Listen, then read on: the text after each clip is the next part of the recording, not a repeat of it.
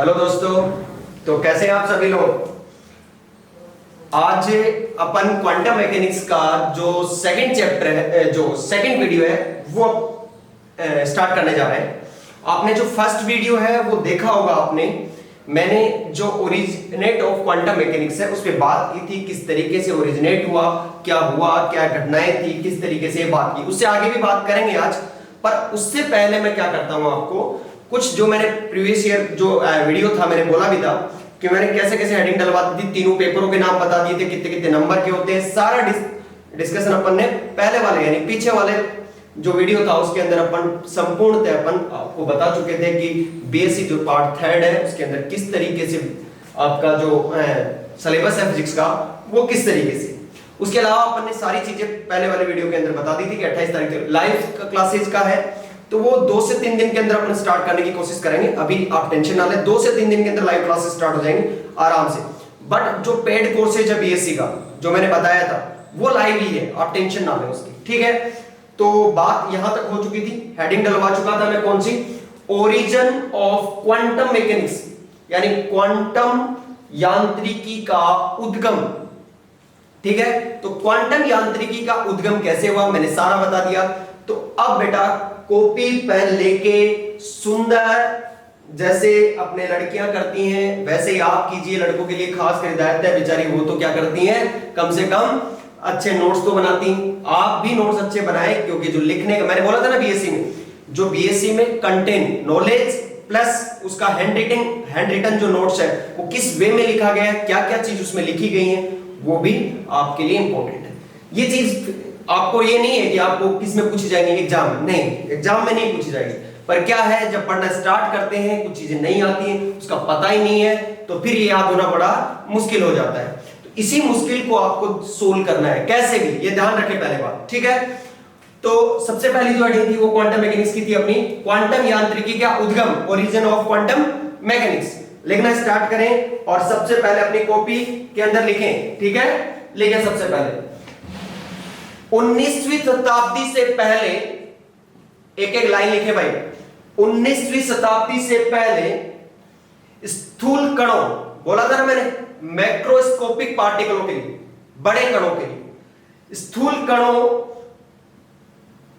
कणों की सभी प्राकृतिक घटनाओं ऐसे नहीं, प्राकृतिक घटनाओं को चिरसम्मत भौतिकी, क्लासिकल मैकेनिक्स से चिरसम्मत भौतिकी से समझाया जा सकता है। क्या किया जा सकता है, सभी प्राकृतिक घटनाओं को समझाया जा सकता है, ठीक है। अर्थात ब्रह्मांड में जो पदार्थ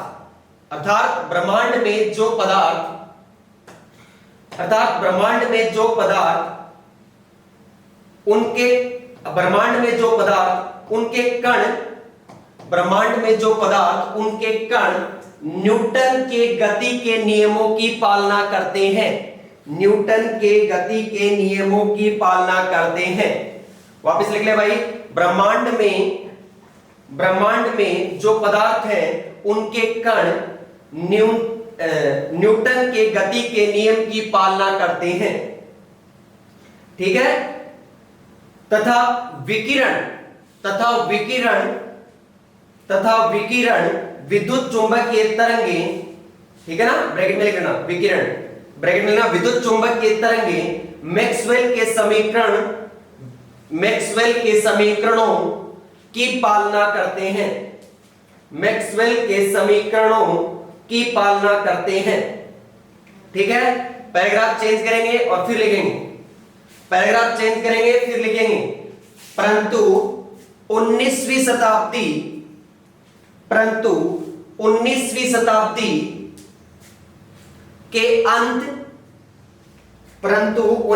शताब्दी के अंत तथा 20वीं शताब्दी के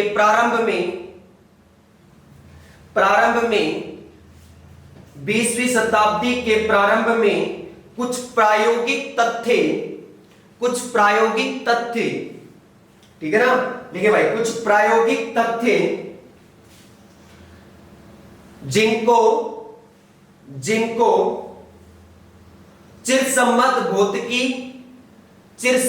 भौतिकी की सहायता से नहीं समझाया जा सकता, अर्थात उन प्रायोगिक तथ्यों को समझाने में चिरसम्मत भौतिकी के नियम पर्याप्त नहीं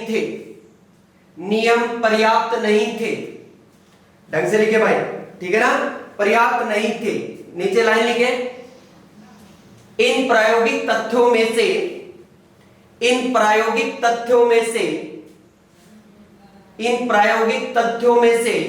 कुछ महत्वपूर्ण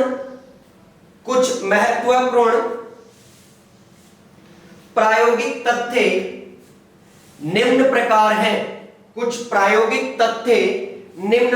हैं। पहला मैंने कल ही बताया था, नीचे लिखेंगे भाई, फर्स्ट, कृष्णिका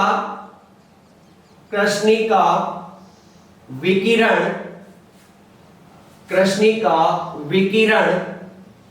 प्रभाव या नियम। कृष्णिका विकिरण प्रभाव फर्स्ट लिख लिया। सेकंड लिखेंगे प्रकाश विद्युत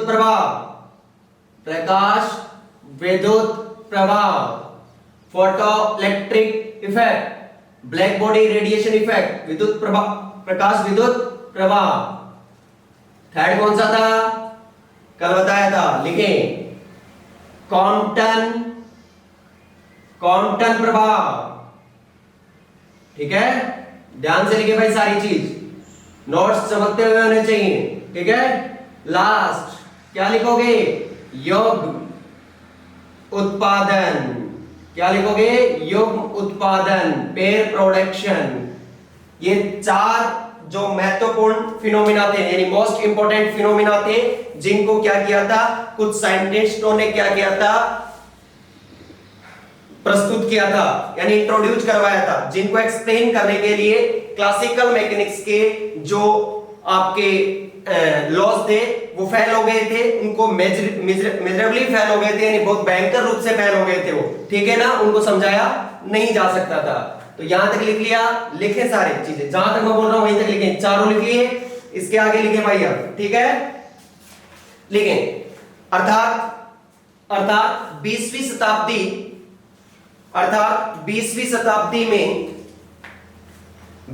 शताब्दी में इन प्रायोगिक तथ्यों पर कुछ वैज्ञानिकों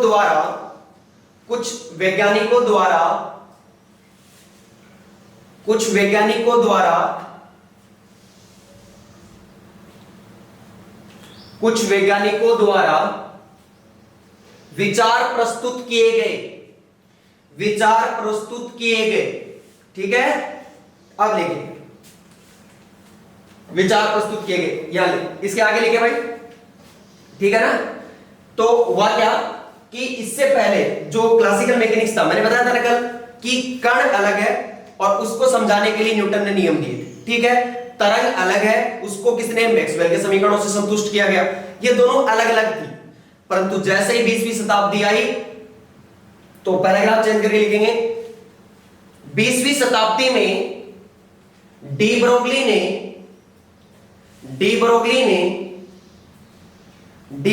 ने अपनी परिकल्पना को प्रस्तुत किया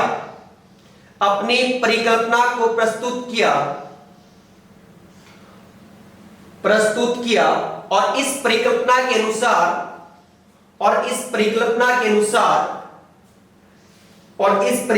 के अनुसार यदि कोई कण गतिशील अवस्था में है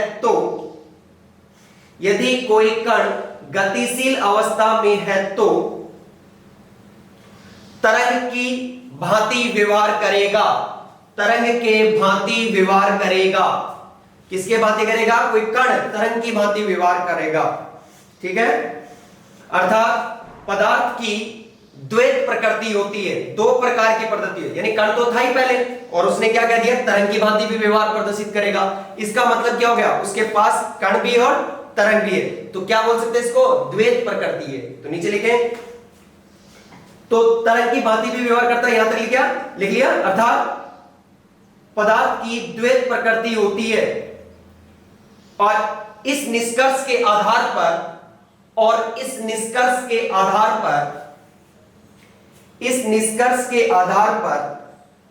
कण और तरंग को अलग अलग नहीं माना जा सकता, और इस निष्कर्ष के आधार पर कण और तरंग को अलग अलग नहीं माना जा सकता। ठीक है ना? और बताऊंगा मैं भी, यहां तक लिखे, ठीक है ना? पहले कण और तरंग को अलग अलग नहीं माना जा सकता। ठीक है, फिर लिखे भाई, और इस परिकल्पना के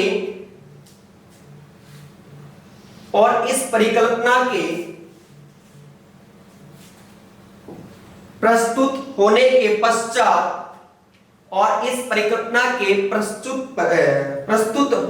पश्चात चिरसम्मत भौतिकी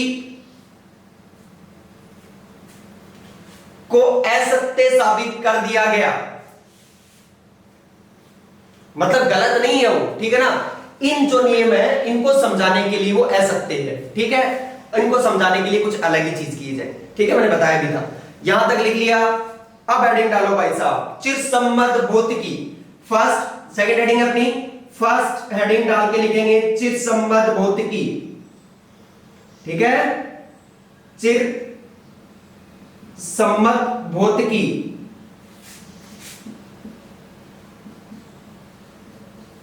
चिरसम्मत भौतिकी, क्लासिकल मैकेनिक्स। ठीक है, ठीक है, लिखो भाई चिरसम्मत भौतिकी डाल ली हेडिंग। अरे सॉरी, चिरसम्मत सही से लिखो ना, चिरसम्मत भौतिकी लिखो। First heading classical mechanics. ठीक है, फर्स्ट हेडिंग आपकी चिरसम्मत भौतिकी। इसके बाद लिखें भौतिक विज्ञान की वह शाखा। लिखें भौतिक विज्ञान की वह शाखा जो प्रकाश विद्युत प्रभाव, काउंटर प्रभाव, कृष्णिका विकिरण प्रभाव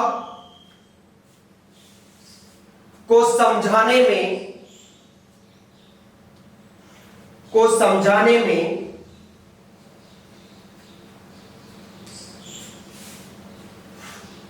समझाने में पर्याप्त नहीं हो, अर्थात इन नियमों की जिस भौतिकी के अंतर्गत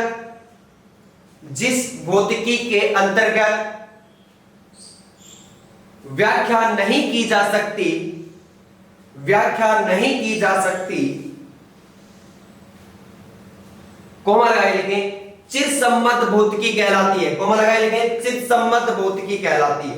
यानी इन नियमों की जिस भौतिक विज्ञान के आधार पर व्याख्या नहीं की जा सकती है, यानी इस फिजिक्स के अकॉर्डिंग उनकी एक्सप्लेनेशन नहीं दी जा सकती है, उस जो आपकी जो ब्रांच है वो ब्रांच क्या कहलाती है? आपकी चिरसम्मत भौतिकी यानी क्लासिकल मैकेनिक्स कहलाता है। ठीक है, आगे वाले इसकी दूसरी जो अच्छी परिभाषा है वो लिखे नीचे। सेकंड इन्वर्टेड कोमा चालू करके लिखें चिरसम्मत भौतिकी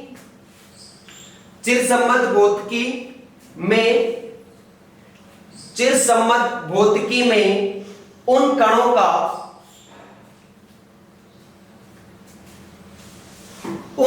का अध्ययन किया जाता है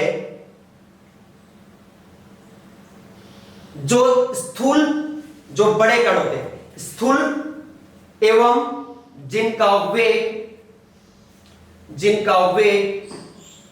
बहुत कम होता है। ये इसको समझाने के लिए, किसके लिए फिजिक्स लागू है? जो बड़े कण हैं उनका वेग कम है, उनको समझाया जा सकता है कि इस विज्ञान के आधार पर चिरसम्मत विज्ञान के आधार यानी क्लासिकल मैकेनिक्स के अनुसार।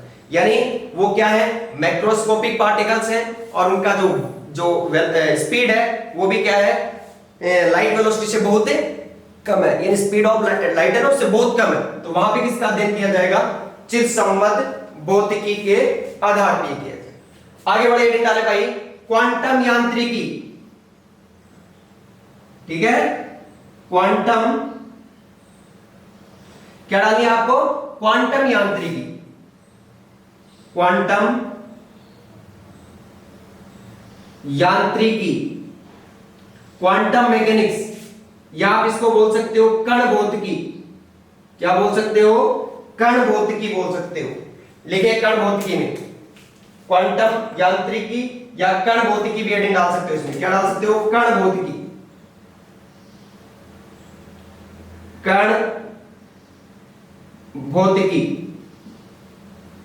डाल ली हेडिंग। ये दोनों एक ही बात है भाई, ठीक है। चाचा को चाचा कहो चाहे अंकल कहो, बात एक ही होती है, ठीक है ना। थोड़ा सा बस आजकल क्या मॉडर्न का जमाना आ गया तो चाचा को अंकल कहने लगते हैं। वैसे तो सभी को अंकल कहते हैं आजकल, किसी को नहीं जानते उसी को भी अंकल कह देते हो, ठीक है ना। ऐसा भी काम चल रहा है आजकल बाजार में, ठीक है ना। किसी भी चीज को बताया जा सकता है ये ऐसे हुआ है, ठीक है ना। तो आप भी बोल देना, कोई दिक्कत वाली बात नहीं, ठीक है। कौन जानने वाला है, जानते हो क्या, ठीक है, फिर भी जानते हो तो अच्छी बात है, ठीक है। लेकिन इसके अंदर भौतिक विज्ञान की वह शाखा, भौतिक विज्ञान की वह शाखा जिसके अंतर्गत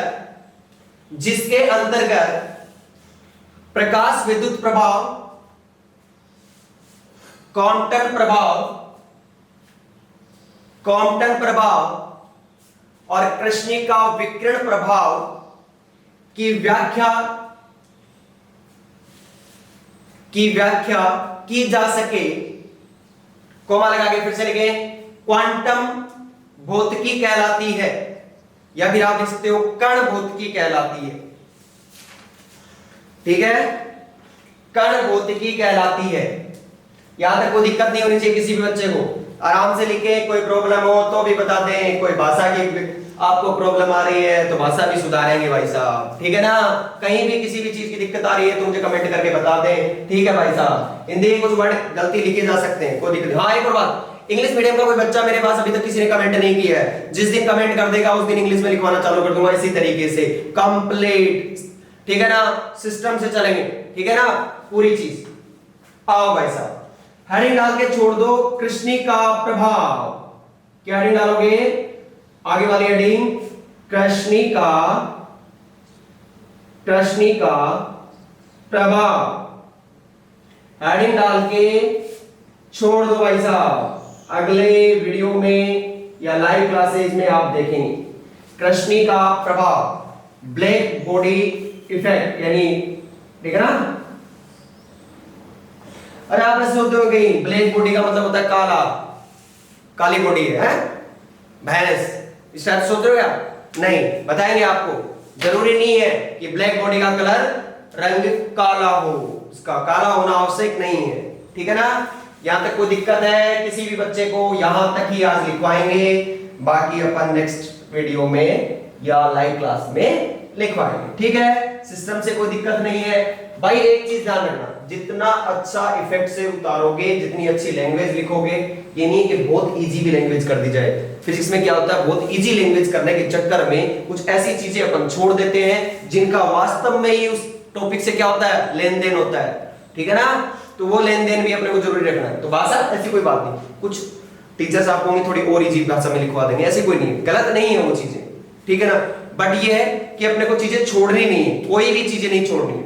ऑनर्स की बात रही, बात ऑनर्स की, जहां पास कोर्स वाला है टॉपिक, उससे यदि आगे कोई ऑनर्स का टॉपिक आता है, यहां पे सिर्फ आपको मेथड आपको देखना है क्वांटम मैकेनिक्स सेकंड ईयर वालों, ठीक है ना, ऑनर्स वालों। तो याद रखें ये पढ़ना है। कोई भी टॉपिक एक्स्ट्रा आता है उसकी क्लास शेड्यूल उसी दिन उसके नेक्स्ट पार्ट में मैं बता दिया करूंगा कि हाँ भाई साहब पास कोर्स वाले यहां छोड़ दें, ऑनर्स वाले यहां से आगे लिखें, उनको भी कंप्लीट नोट्स बनवाएंगे इस बार, ठीक है। ऑनर्स के कोई दिक्कत नहीं है, हेडिंग डाल के छोड़ दें कृष्णिका प्रभाव, ब्लैक बॉडी इफेक्ट, इसको आगे नेक्स्ट चैप्टर में नेक्स्ट वीडियो में डिस्कस करेंगे, ठीक है। अब आ जाओ जो बचा हुआ पार्ट है उसको आगे और खींच के लेके चलते हैं, ठीक है, क्योंकि समझना बहुत जरूरी है। देखो मैंने कितना लिखवाया, फर्स्ट वीडियो को कोई बच्चा देख रखा है और इसको लिखने में वो अपनी भाषा में भी लिख सकता है, परंतु अपन भाषा खुद लिखवा रहे हैं तो आपको जरूरत नहीं है हाथ पैर मारने की। तो कम से कम आप यदि एक कहानी सुनी हुई होगी तो उस कहानी को आप अच्छे से एक्सप्लेन कर सकते हो, यानी समझा सकते हो। तो मैंने कहानी सुनाई थी पीछे, अब थोड़ी और कहानी सुनाते हैं, आगे बढ़ते हैं आगे की तरफ। और देखिए भाई साहब बहुत तरीके से देखिए, 1905 कब? 1905,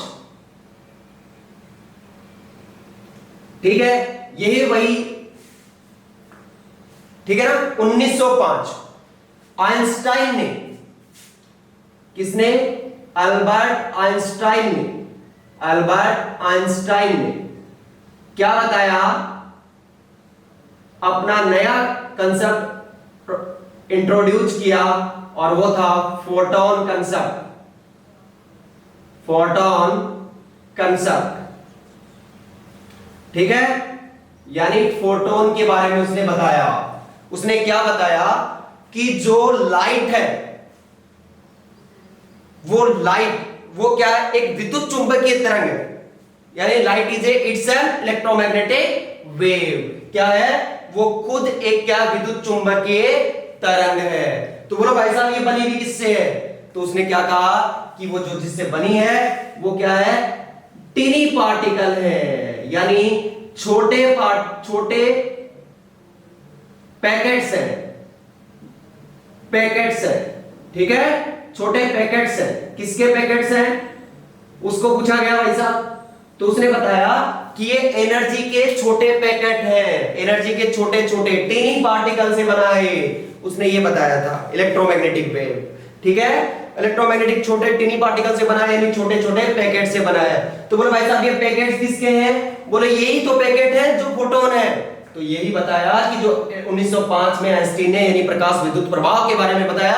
और आइंस्टीन को याद रखना, एसटीआर के लिए क्या नहीं दिया गया था? नोबेल प्राइज नहीं दिया गया था। किसके लिए दिया गया था? फोटो इलेक्ट्रिक इफेक्ट के लिए उसे नोबेल पुरस्कार दिया गया था। इसका मतलब ये बहुत बड़ी चीज है, समझ गए? इसको और देखेंगे आगे, टॉपिक कौन है तो मजा आएगा। 1905 में अल्बर्ट आइंस्टीन ने अपना एक नया थ्योरी यानी एक नई व्याख्या दी, किसकी? फोटोन की। और उसने बताया कि जो लाइट है वो क्या है? एक विद्युत चुंबकीय तरंग है। और विद्युत चुंबकीय तरंग किससे मिलकर बनी होती है? टिनी पार्टिकल से, छोटे पार्टिकल से मिलकर बनी होती है। और वो छोटे पार्टिकल क्या हैं? वो छोटे पार्टिकल हैं फोटॉन्स, ठीक है। तो फोटोन किस तरीके से उन्होंने बताया कि जो एनर्जी है वो छोटे पार्ट क्या होती है? E बराबर h न्यू, मैक्स प्लैंक चल रहा था ना, तो n h न्यू, ठीक है। और फोटोन क्या होता है? h new, h new. तो कहा गया कि h न्यू क्या है? बोले यही तो है लोवेस्ट, क्या होती है? क्वांटिटी, यानी lowest energy, lowest value, lowest possible value, जिसके इंटीजर मल्टीपल में इसको लिखा जा सकता हो। और लोवेस्ट जो पॉसिबल इंटीजर वैल्यू है उसी को तो अपन क्या कहते हैं? क्वांटा, यानी वह न्यूनतम मान जिसके पूर्ण गुणज के रूप में अपन उसको लिख सकें, उसी को तो क्या बोलते हैं अपन? क्वांटाइजेशन, यानी डिस्क्रीट अलग अलग लिख सकें, ठीक है। और उसी को क्या कहते हैं? न्यूनतम जो मान होता है उसको क्या कहते हैं? क्वांटा, यानी ये क्या है? एनर्जी का क्वांटा, फोटोन। क्लियर है? आ जाओ भाई साहब। इसके बाद 1911 में, कब है? 1911 में रदरफोर्ड, किसने? रदरफोर्ड। ध्यान से रखिए, अलग अलग चीजें हैं, ध्यान रखिए, पूरा चीज लिखवाएंगे, कोई दिक्कत नहीं है, कहीं दिक्कत नहीं। 1911 में रदरफोर्ड ने बताया कि जो परमाणु होता है यानी एटम होता है, उसका मोस्ट ऑफ जो पॉजिटिव पार्ट होता है वो कहां होता है? कुछ सेंटर में, ठीक है। और इसी के कंसेप्ट के तुरंत बाद, कब? 1913 में। कब? 1913 में कौन आ गया? नील्स बोर, ठीक है, नील्स बोर। नील्स बोर ने क्या बताया कि जो चार्ज पार्टिकल है यानी इलेक्ट्रॉन है, क्या है?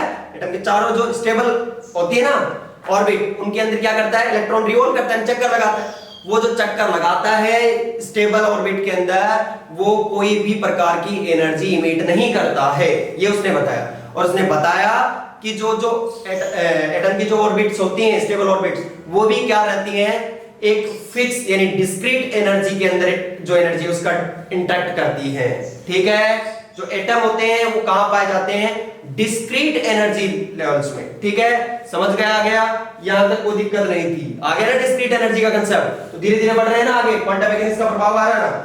आगे देखें भाई साहब, 1923 इसी समय आपका कॉम्पटन